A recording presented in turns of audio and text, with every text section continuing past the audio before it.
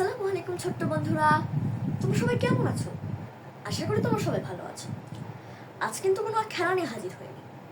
আজকে আমি হাজির হয়েছি ছোটদের 30 হাদিস বইটি নিয়ে। এই দেখো, এবং আজকে এই বইটি থেকে তোমাদের একটি হাদিস পড়ে শোনার চেষ্টা করবো ইনশাআল্লাহ।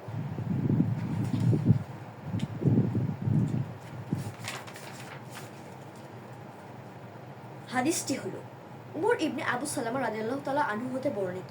তিনি বলেন, আমি বাল্যকালে নবী সাল্লাল্লাহু আলাইহি ওয়াসাল্লামের তত্ত্বাবধানে ছিলাম। একদা খাবার পাত্রে আমার হাত ছোটাছুটি করছিল, অর্থাৎ একবার প্লেটের এ পাশ থেকে খাবার নিচ্ছিলাম আর একবার ও পাশ থেকে। নবী সাল্লাল্লাহু আলাইহি ওয়াসাল্লাম আমাকে বললেন, বেটা, বিসমিল্লাহ বলে ডান হাতে খাও এবং তোমার সামনের পাশ থেকে খাও। সহিহ বুখারীর 5061 নম্বর হাদিস। তো বলো তো ছোট্ট বন্ধুরা, আমরা এই হাদিস থেকে কি শিখলাম? আমরা এই হাদিস থেকে শিখলাম খাওয়ার আগে বিসমিল্লাহ বলতে হয় এবং ডান হাত দিয়ে খাবার শুরু করতে হয়। আমরা এই হাদিসটি সর্বদা মেনে চলার চেষ্টা করবো ইনশাআল্লাহ।